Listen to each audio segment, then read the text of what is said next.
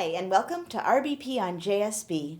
I'm violinist Rachel Barton Pine, and today we're going to be discussing the third movement of Bach's Partita No. 3 in E major, the Gavotte on Rondeau.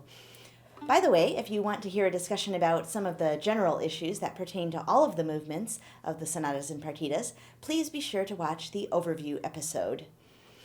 This movement is one of Bach's rare movements in rondo form, A, B, A, C, A, D, A, E, A in this case. And the fact that the first A is played twice means we have 1, 2, 3, 4, 1, 2, 3, 4, 5, 6 iterations of this same rondo. So we'd better make it sound nice so that we can bear to hear it that many times. First thing to remember about the whole movement is that it is in cut time. The beat is our half note, not our quarter note, and so we should make sure that we give it that feel. And also the fact that the Gavotte dance pattern is always going to 1, 2, 1, 2, 1, 2, 1. It always starts on the half note before the first downbeat, and it always goes to the second downbeat. 2, 1, 2, 1, 2, 1, 2, 1 in these little 2-bar chunks. And that is what makes a gavotte. And it has to do with the choreography. Now, you could say, who cares? Because there is no choreography. This was not music written to accompany actual dance. But Bach still wanted you to evoke the feel of a gavotte, maybe to imagine the dancers in your head as you're doing it. So I think it's very important that we still make it feel gavotte-ish. So let's talk about what that means. I didn't used to realize that. I hadn't yet played enough other gavottes in my life with people who knew what they were doing. And so I played the downbeat rather forcefully. But in fact, that's not how it goes at all. It's going all the way to there. And let your bow, jump a little. Don't make it stuck on the string, because nobody's going to be able to dance to that unless they're just marching along. And a gavotte is like most of the dances. It has to do with lifting off the floor. And then the next one. Next one. And then, of course, your final phrase is a little bit differently shaped. So that one kind of tails off. And that happens again and again. There's really no variety to the rondo theme except, of course, when it comes in the middle of 64, in between the D and E sections when it has a chord. So sometimes I add another chord to kind of give it that much more oomph.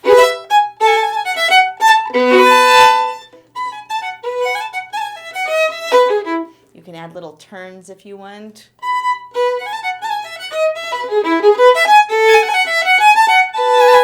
Some of the inside-out French trills. But if you don't know what I'm talking about and you've never done that stuff, don't worry about it. But if you are somebody who has experimented with ornamentation and knows about French ornamentation, you can definitely decorate, just little bits here and there, mixing it up with the different iterations of the rondo theme. Now, if you've done a lot of ornamentation in the Italian style, Corelli ornaments and things like that, and you think, well, I know how to ornament. Well, French ornamentation is a totally different animal. You can find a lot of written out ornaments in music by Couperin, by Rameau, by Mauret, which is generally not for violin, but you can still see them in the viola da gamba music. If you're familiar with that language, then you can use them. But if you know how to do Italian ornaments and you put Italian ornaments on the French music, that would be like taking a great French dish and some French cuisine and putting a bunch of Italian spices on it. It just wouldn't work. It would kind of mess it up. Better not to do any at all than to do the wrong ones. If you do know about French Baroque music, if you've had some experience with the period instrument stuff, then don't hesitate to add a petite reprise. I never did this until about a year ago, and I thought to myself, if this was a real French dance, I would do a petite reprise. And then I thought, well, why not do one in Bach? He surely knew about it and wouldn't have thought it was off limits for me to do so, he wouldn't have written it in. It's the kind of thing that's never written in, or rarely. It's just the kind of thing that goes there, and so therefore you do it. So if you don't know what I'm talking about, don't even worry about it, but if you do, I would recommend putting it in the middle of 96. Seems to be the place where it would go, and that feels really fun to do that little petite reprise. Anyhow, let's move on to our next section, the B section, which starts in the middle of 8, and now we have a minor key section, of course. C sharp minor, more or less, as it goes along. And let's see if it keeps the Gavotte beat pattern. So, 2, 1, 2, 1.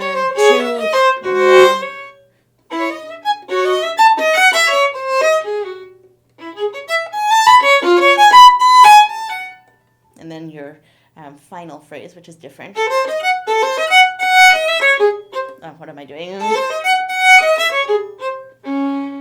So yeah, classic 4-phrase Gavotte. So it actually really mirrors the Rondeau in terms of its phrase structure. Let me do it without pausing between the phrases.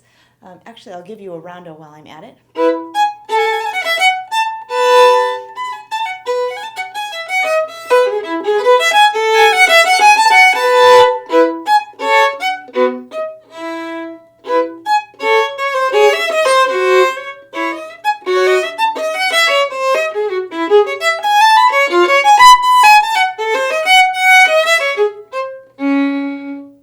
And that is how you would play a Rondeau like it's a Rondeau.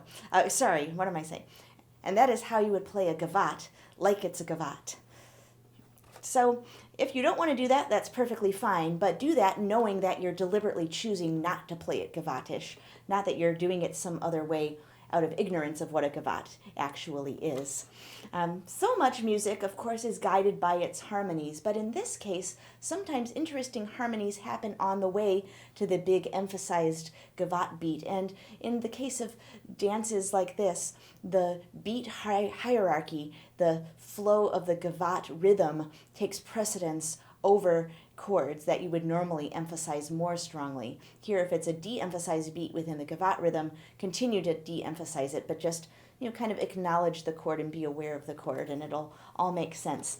All right, now, I think this is my favorite of the sections, section C, with our cute little... so here, if you were playing those quarters without the second voice coming in,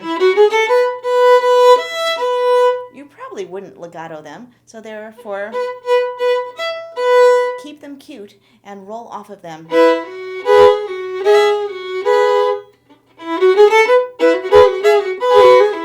So here, probably not too strong. And even consider non-legato here. And we do have our Gavotte pattern. 2, 1, 2, 1, 2, 1, 2, 1. Now we've arrived at B major, even brighter than E major. It kind of seems sometimes when you go up the circle of fifths, it gets brighter and brighter. So open it up.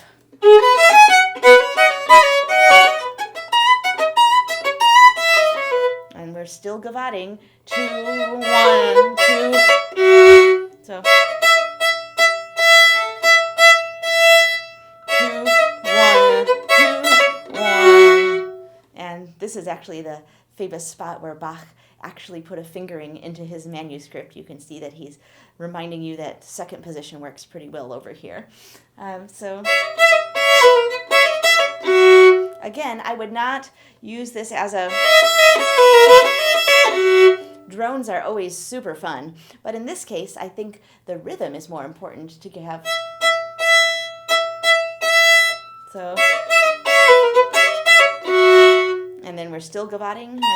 1, 2, 1. And so Gavottes all the way through, without exception. Every 2 bars, meaning starting on the half bar and ending on the half bar, is going 2, 1, 2, 1. Now we have a little place where it's pretending that it's come back to the Rondeau theme.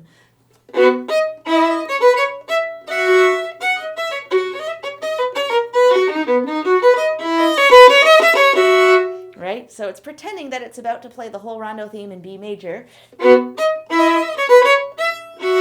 But then, no, it doesn't.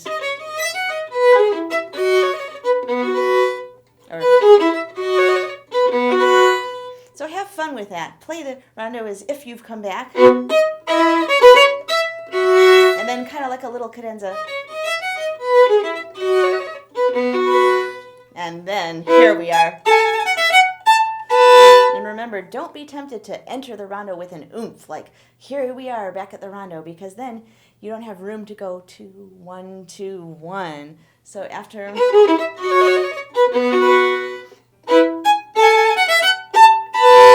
So you can see that these dances in the E major partita are so much more light than, for example, on the other end of the spectrum, the B minor partita, where they're very extroverted and dramatic.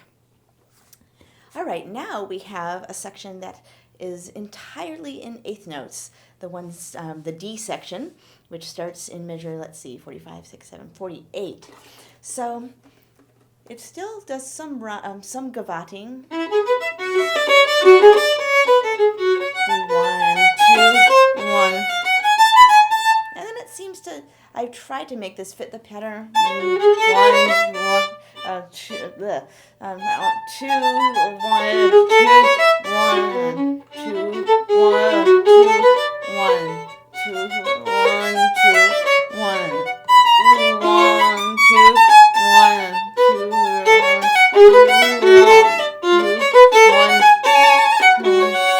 Okay, it does work, but somehow doing that over and over in these eighth notes, I don't know. I probably should, but there's so much other interesting stuff going on. Like, for example, I really, I know I said a moment ago that the beat pattern takes precedence over the harmony, but somehow when I get to 57, it's like I really want to feel that dissonance and resolution, and that doesn't fit with... Then I feel like I lose that juicy moment. So I don't know. For me, I kind of deviate from the gavotting a little bit.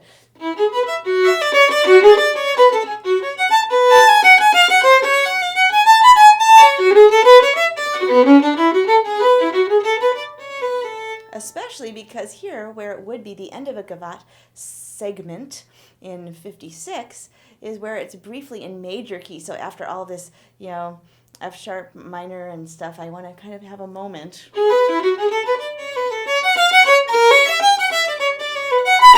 And then I feel like that's such a strong one in 59. So I'll back up a little.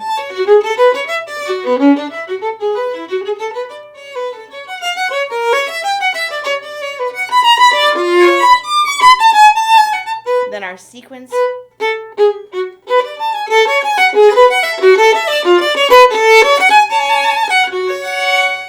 So that to me is more musically satisfying. I just can't deny it. Let me play it through and give it my best effort to keep the gavotte absolutely gavotting the whole way through.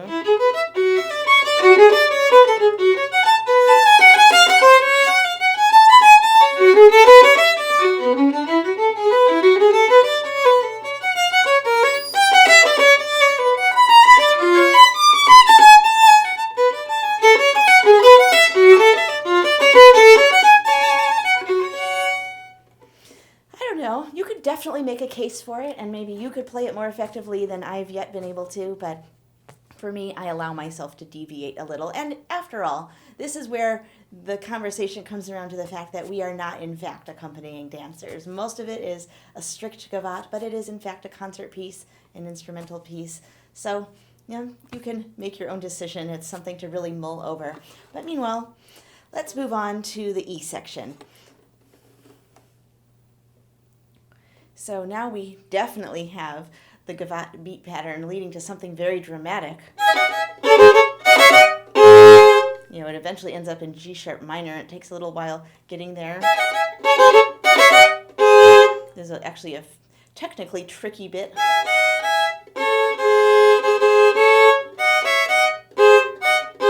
Lots of intonation work there, doing just a couple notes at a time. Contrasting that with... And then working on that, and then that one. And then another gavotte. Another one. And now it's briefly major key, so let it lighten up a bit. Even that big chord, it's the end of your gavotte section, but then minor key again, another gavotte, and then here, this absolutely doesn't follow the gavotte beat pattern starting in measure 82. It's a whole different thing, but it did very clearly gavotte up to that point. So now in measure 82, again, I would make sure that your upper voice is not gooed, even though it's tempting to have a drone. We do get to drone in measure 86 briefly, but it would be unfortunate to go. It's just not as dancey. And after all, he didn't just give you a solid G sharp. He wrote these little quarter note rests. So I would also take space after the quarter note. And what that means is rolling off of it, of course. So onto a single C sharp. And then most people take an echo, which is a perfectly good idea. I do it too. And maybe not legato on these 16 on these separate notes. A little bit off, but and even not legato. So you have dum bum bum.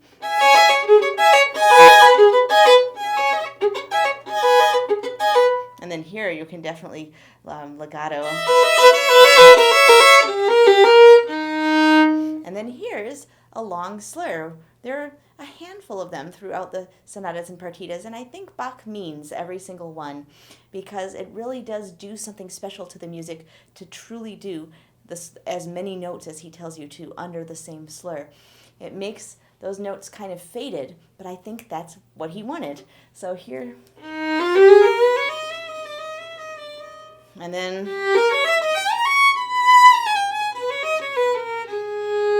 maybe keeping it soft and sad after that. This is almost like a built-in diminuendo.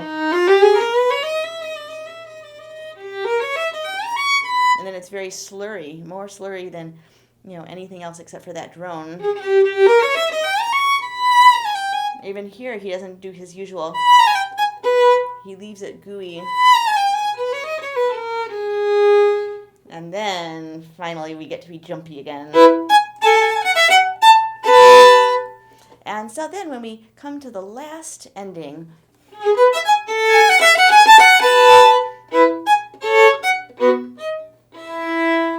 phrase it off just as delicately as you would any other time. You don't need to make it emphatic because it's the end. In fact, having a graceful ending that just fades off. This happens in, we have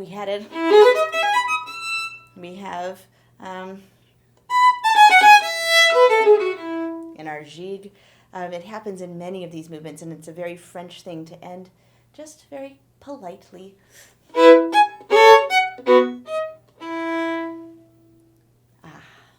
So those are some of my thoughts about the Gavotte on Rondeau in E major. I'm Rachel Barton Pine, and this is RBP on JSB.